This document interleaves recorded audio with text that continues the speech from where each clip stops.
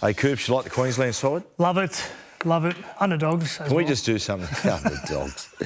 I think for the benefit of this podcast, can we just put our state bias aside? No, we're drawing the line straight down the middle here. As one of the greatest New South Wales players.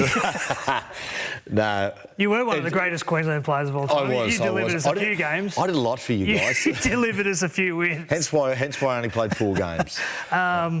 Yeah, I do. A lot of talking points around both teams, right? Like, I think the Queensland team it pretty much picks itself at different stages. Billy's got this culture that he's driven for a long period of time. The Munster injury, it was almost lay down was there that Dearden was going to jump straight in. He's got origin characteristics written all over him. The Hammers back in form, Reece Walsh at fullback. They're probably a little bit thin with no Tino and no Flegler.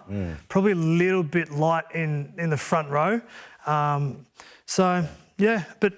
Harry Grant on the bench, dynamic, and the Selwyn Cobbo thing, that's interesting. Yeah, it is. It is. Yep. It is with Selwyn. Selwyn's just one of those guys, isn't he? He can win your series. Well, I think Selwyn being on the bench, I think if you don't put an outside back on the bench, you run the risk of HIA injury to someone in the outside back. So there's a little bit of cover there. Yeah. But if you remember when Ponga was playing well and everyone was talking about it was going to be Reece or Ponga, I think Billy was trying to think of a way how to get Ponga and Reece into the same team.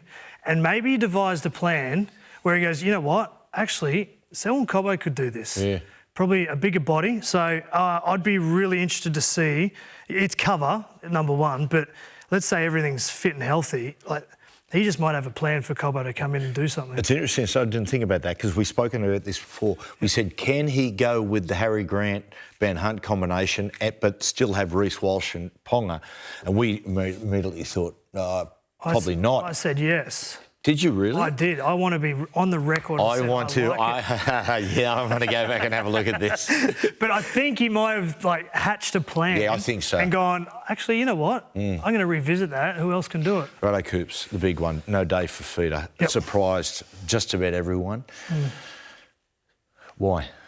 Got no idea, but personal opinion, I like Piakura. I really like. He's in the extended bench. I think he has got origin written all over him. The argument is, can David play 80 minutes? Does he? His fitness levels, does it play a part? There's a couple of ways you can look at it. I really like what Piakura brings to a team, what he's delivering this year. The other one you could have used is, this is probably the way I look at it, is you start Ruben Cotter in the back row and you put Fifita on the bench. Yeah. Your first interchange is Ruben Cotter goes to the front row and that replaces someone, and then David Fifita on. He plays, 40, 50, 60 minutes there. But Billy, I know he sits in his little chamber at home and watches every game, so there's a reason why. I think it's a respect for Madge too, why I didn't pick him. I think if there's one area of his game with Dave, it's probably his defensive application. Rocks or diamonds. Yeah. And I think that, Billy, I think it's a wrap for Madge, him having a look at... I remember you Blake's first one, the comp 2007? 2007 competition, him hatching a plan for Anthony Watmo, remember? And I think that Billy would look and go, Madge is very good at this. Yeah, and the other thing too is you think about... not that this would have come into Billy's selection process, but New South Wales have definitely gone down a character, discipline, toughness, consistent sort of personality trait in their team. And maybe the way that Dave comes in and out of contest, Billy thought, oh, you know what? I need to stick to my guns here. One more thing. Just there, talking about Bill. It's really funny watching coaches come into State of Origin and the high-pressure environment of State of Origin, and most of them come in sort of fairly light and bubbly. Laugh at all the jokes. Yeah, but then, mate, but I reckon the only one that I haven't seen it was Mal. Mal sort of just carried on. Prickly. Did he? Oh, yeah. Did he? Yeah, Did he? He gets... Well, I've seen Billy, the press conference yesterday morning on Monday morning, is Billy had a bit of prickly, because there's always going to be journalists there that aren't probably that have been sent there that aren't hardcore rugby league fans, and you're going to get questions that are naive. Yep. And and oftentimes you get coaches they'll just flow with it. Billy there was just a bit of an edge to Bill. Yeah, so Origin coaches sit there 24/7 and know everything about their team, and they might get a couple of questions that end up being a little bit off script or whatever, and they do bite. The other thing too is Origin is a beast with how much exposure it gets, so a lot of people want to know and ask questions.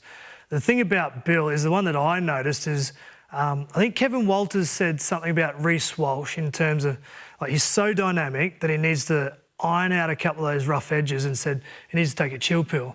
And one of the questions was, are you going to tie Reece Walsh up and say, no, take some chill pills in camp? And Billy, through his own experience as that live wire fullback, said, no, I want Reece to be Reece. There is no chill pills going on with Reece at camp. And I understand it because... His words were, no pills in this camp. Well, I said chill pills. Which I thought it was a little... Yeah.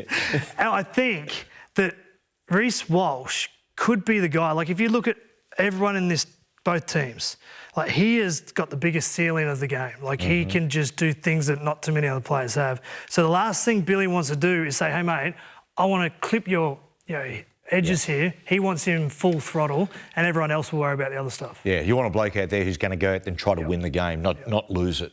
Well, and you look at New South Wales, Matty, and they've gone down that whole character discipline thing and don't really have that genuine, like, out-and-out star compared to Reece Walsh. That maverick who could just do something out of nothing. It's a good look in Queensland, New South Wales side. I like it. It's a fit side. It's a gutsy side. It's a tough side that can play for 80 minutes. It's a very Queensland side. I definitely think he's made a few statements, Maguire, in his choice. Like, the obvious one's Teddy and Edwards, right? Like, honestly, they're both so good. They could be in the one jersey and you wouldn't sort of go, oh, yeah, I get it, sort of thing. But he's definitely made a statement with Teddy out and put Edwards in. The other statement he's made is Cam McInnes. Yeah. Like, he puts his head in places we don't put our feet or anything, right? And he's trying to, from the outside looking in, this is me guessing with no intel, the outside looking in, I think Maguire's gone, okay, I'm going to survey a few people what they think about the New South Wales team. And they go, well, we want some tough, tenacious, character-driven guys that are never going to let the state down. And he's stuck to his mantra, and then he's gone for those type of players. We spoke about this last week, and having starting the game in particular with Jake Trbojevic and Isaiah can be problematic because they both play a similar role, and the ball will go sideways more than you really want. And he's done that. He's put Isaiah at 14, start with McInnes, look to bring Isaiah on once a bit of the cut and thrust is out of the contest, and use McInnes a little later for Robson. The McInnes pick at starting is purely get your best defensive team on the field to start the game, and then if they get to a lead, get your best defensive team back on the field. That's McInnes' role. He will tackle himself to a standstill. The other, and from a Queenslander, the guy that I fear the most in New South Wales team is Payne Haas. I think he's a genuine star of our competition. What he has been through, what he is, what he's playing, he's so good. And not too many players that play in the front row that I feel like has the keys to success in their football team. I think it's Payne Haas in this team for me. That young bloke has not been given enough credit for how he has held himself with what he's enduring at the moment. And he hasn't, like, you're going to critique Payne, like, he's dominated the NRL every time, but he hasn't truly dominated an Origin game.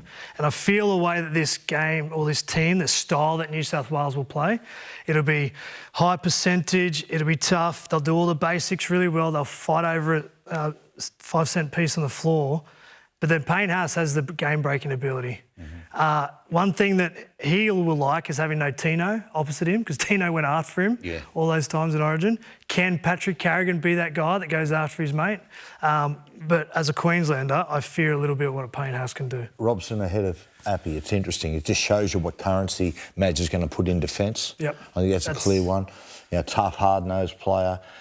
If we go back for a second on Dylan Edwards, and as we said, it's not a knock on Tedesco's ability or any insinuation that Teddy's starting to go backwards. You having Dylan or you having Teddy? Dylan. I'd have Teddy. Yeah, I'd take Dylan because, look, and obviously I don't need to say it again, he's just been close to the best player in the last three. I'll tell you the only thing I like about Dylan, Coops, when you're picking on character, I really I really like players whose careers were, I don't think I'm going to say on the brink is right, but have endured in their careers, been challenged. Yeah. They've endured tough times in their career, and they've been able to scale. They've basically been able to scale their game back and then rebuild it. Because the people who do that, they when they come out of it, they understand themselves, they understand their own game, they understand their strengths and their weaknesses, how to build firewalls around their game. That's like they're very aware of their own game.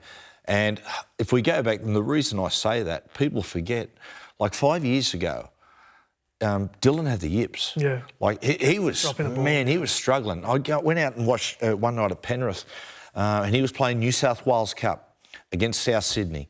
And a few times the ball went in the air, and I kid you not, one occasion he ran away from it. Yeah.